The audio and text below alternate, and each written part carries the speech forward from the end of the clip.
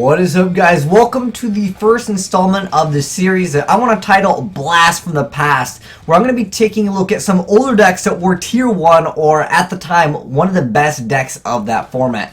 Today we are going to be looking at Dark Worlds. This is a deck that actually got first place at a YCS, one of the most strong decks that was relatively budget friendly because you would just pick up multiple copies of the structure deck. Now, of course, there are cards like Tour Guide that can make the deck much more expensive. Dark Smog was a secret rare at one point. A lot of the cards in the deck could be foiled out, but nonetheless, this is an older deck, and sometimes when newer players come into the game, they don't get a chance to experience some of the struggles that we had, because look how fast this deck is going. And there are more support cards that came out, and so I'm going to showcase off some replays from Mr. Icarus over here, and he's going to show how good Dark Worlds are. Now, I know it was only against some Elemental Hero deck that wasn't so strong, but he drew pretty much 2/3 of his deck in one turn, and if that's not powerful, I don't know what is. And then he goes ahead and activates Eradicator, Epidemic, getting rid of all spells or traps, and then he used a new card, which we'll get into once we go over the deck profile, that can completely shut down your opponent. Now, the virus cards are definitely really strong in the game. They definitely have easy access to absolutely obliterating your opponent, and that's just something that happens in Yu-Gi-Oh! Where like sometimes activate one card as soon as the game starts, and you're just gonna have a bad time. But nonetheless, that's just what happened. You can see over here at turn 1, he wasn't really able to get out his plays, but his opponent doesn't really have very many options either. But I just want to show you guys how fast this deck can be. Look at this. He's at a state where he didn't even have any monsters to go for some plays, but activating Reckless Greed. And this was the whole point of the deck, was to go as fast as possible. That's how a lot of people built their decks. At the time, this deck was one of those high-tier decks that could completely destroy people. You had a monster that can come back every single turn, and you would actually bounce back a monster so you could actually use some other bonus effects. So he's going to go ahead and get rid of all of the traps, and he ran a Mind Crush over here so he can get rid of his opponent's last card over there, and he can go ahead and spam the board with a bunch of monsters. Tour Guide is a really strong card in this deck because you're able to get back your banished Dark World monsters, and you can see he can bounce back Snow, he can make a Grapha, and then on top of that he can exceed into Divine Dragon Knight Felgran, and his opponent over there is going to have no cards because he's going to go ahead and destroy Skyscraper, and as soon as the turn starts he's going to draw one card, but that one card can be basically answered with this, but it doesn't really matter because he had to send it to the graveyard because of the virus card. So now that you guys have seen how fast it can be, now it's not going to be very good against the meta decks. But again, this is the whole point of these series that I'm going to be introducing you guys. If you guys want me to change the name, let me know because I'm open to that. But anyways, I'm going to give you guys a deck profile and just kind of talk about this deck. So, like I mentioned before, it took first place at a YCS. That YCS was the YCS Long Beach, and it was a very popular deck. And throughout the times after Dark World got hit, so to speak, I mean, true, Dark World didn't directly take a hit. You know, with Tour Guide being hit, that is technically a hit in one sense to Dark World, but I was really surprised they didn't hit anything in Dark World. It was a deck that survived. A lot of people were like, well, maybe they'll hit Drag Down, but now we have multiple Allure. We have a new card called Bat Blight Virus, or Shadow Spread Virus in the OCG. But nonetheless, let's go ahead and just kind of talk about the deck so I can show you guys how the basic combos of the deck kind of works. I mean, I know you guys just saw it in action, but just kind of like seeing older things once in a while, because this was in one sense a unique deck because it was really fast, and Dark Worlds was a really old archetype, but they got a new structure deck, and that's essentially what brought them back into the game. The new cards are actually Grapha and Snow as far as the monster lineup goes. There's a few other monsters in Dark Worlds, but no one really played them. This was like the two core monsters that were new. But nonetheless, let's go ahead and go over the effects because I know we weren't really talking about Dark Worlds, but I really do like seeing some of the older decks see some play. And so if you guys want to try out this deck, feel free to go ahead and do so. It's not going to be a tier 1 deck now because, of course, it was Blast from the Past. It was a really good deck at one point. I guess technically the deck got hurt when Upstart got hit also, but nonetheless, Grapha. So you can special summon it from your graveyard by bouncing back a Dark World monster you control except for itself. And then if it's discarded to the graveyard by a card effect, you get to target one card your opponent controls and destroy that target. Then if this card was discarded from your hand to your graveyard by an opponent's card effect, you get to look at one random card in your opponent's hand. Then if it was a monster, you can special summon it to your side of the field. Now that's an effect that's usually only relevant in Dark World decks, but nonetheless, when you would do the mirror match, that is. but it's still a crazy effect if your opponent makes you discard it from whatever means.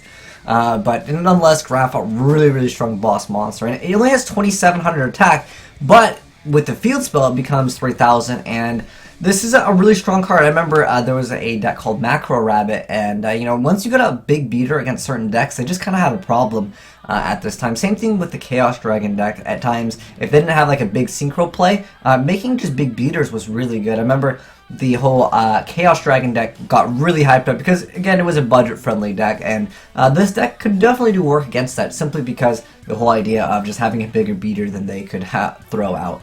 Next up, he's playing one copy of Silva. Now this card just lets you special summon itself via the effect of discarding. So Dark Worlds were all about discarding themselves to gain some type of effect.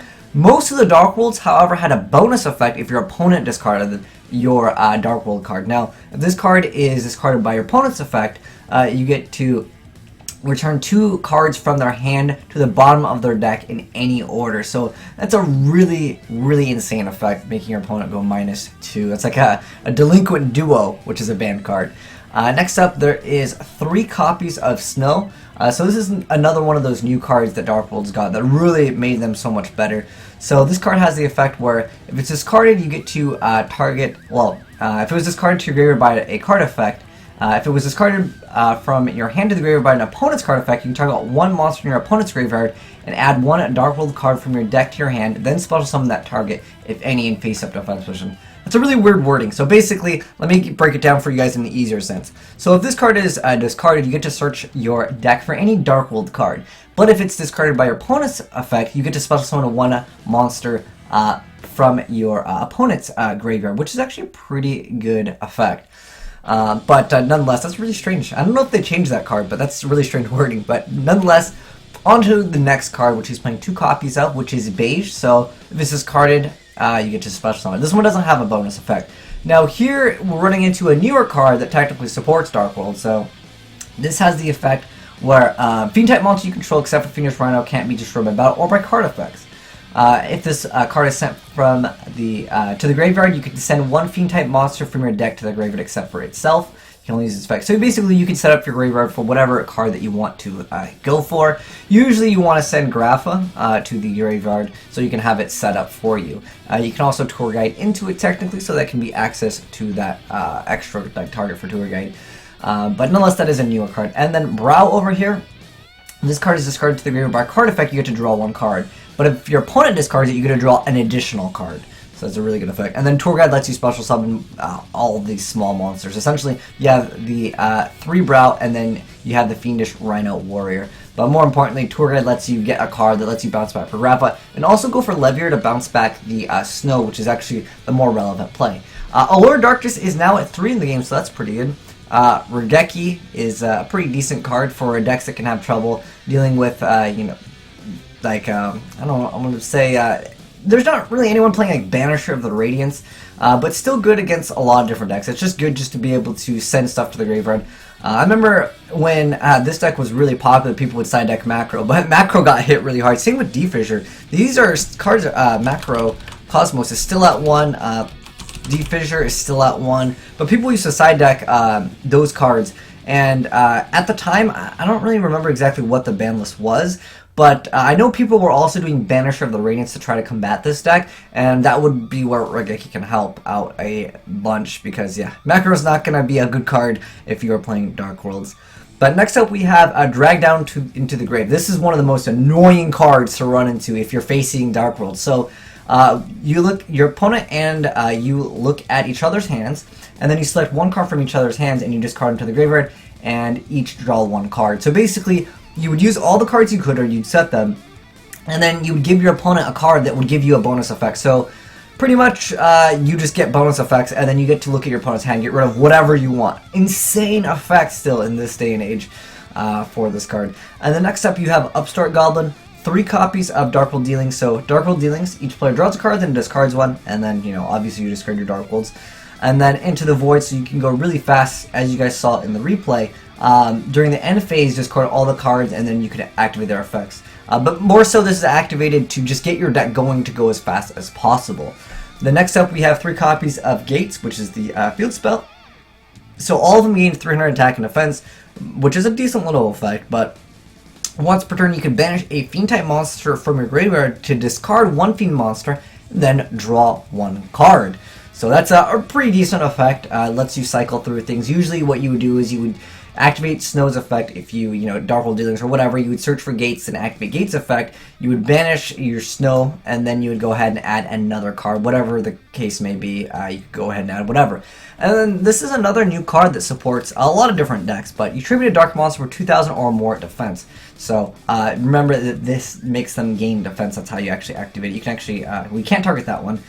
So I guess Graph is the only target, but don't worry, you're going to get it out. I didn't actually check their defense, but I know that obviously it works because that's what we showed off in the replay. But anyways, you get to check your opponent's hand, all monsters they control, and all cards they draw until their third turn after this card's activation, and destroy all those monsters with 1,500 or less defense. So certain decks will just lose. You activate this. I covered this a long time ago when this first got announced. People were like, wow, this is the new Crush card virus. It's a really strong card. Certain decks just lose. Like a lot of Synchro decks absolutely just lose really, really fast. You look at some of the Zodiac. Oh. Did they change them? Oh. I don't know what they call the Zodiac. Did they change the name of them? But if you look at a lot of decks that revolve around small monsters, did they really? Zodiac. Did they change all of them? Hold on. I want to find this card. Let's go to, if we just go to Monster Exceed, it should be under here. It's the Zodiac archetype. I wonder what happened. I don't know if they changed the name exactly or what it is, but there's a lot of archetypes that have a lot of monsters with very little defense, and heck, even Lightsworn, it might not be the best idea because then they're like, oh, 4 Lightsworn in the graveyard, Judgment Dragon. But you get the idea. A lot of decks revolve around a lot of small monsters. I'm not sure exactly all their defense points. Is it Junichi? Oh wait. Oh well. Either way, like I said, there's a bunch of decks, synchros, any synchron monster. If we go to all, if you look at all the synchron monsters, we're looking at their defense points, and pretty much, I know that's mostly just junk and quick draw, but any synchro decks, they'll just absolutely just lose to this card. Then Mind Crush, you saw that card.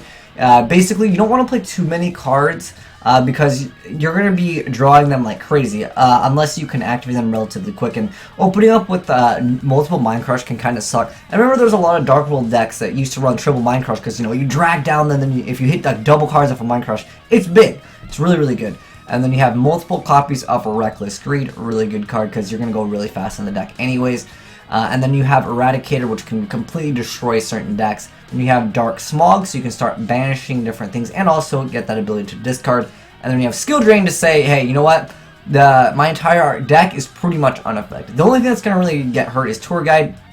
And this card is destroyed by Battle by card effects, sent to the graveyard. This will still proc its effect. So pretty much it only hurt Tour Guide. At one point, people were also playing one copy of Malefic. Stardust Dragon, so people were using this card as well. But as far as the extra deck, you don't go into it too often. This is a card that I don't believe was out at the time people were playing Dark Worlds. The more relevant cards were these two. These are the cards people made. But there might have been another Exceed. But for the most part, I'll mouse over them. They're not going to be cards that you're going to be going for too often. But in the off chance that you can go for them, it's not a bad idea. But yeah, these were pretty much the relevant cards when you would actually play Dark Worlds. This one's still very relevant. Zen Mains, I think, is just a little outclassed. No one's really playing Zen Mains here in 2016, but I remember this card was like $100. I don't know if any of you guys remember when this card was $100, but then it got reprinted. Crazy, crazy stuff. But yeah, this is my first installment of the series. Let me know, guys, if you guys want me to change up the series in any way, because this is my first installment of the new series that I want to do on my channel. Just going over older decks that were once the best at their time, at their prime, and kind of looking at them nowadays and showcasing off a few replays, showing off what they did in the past.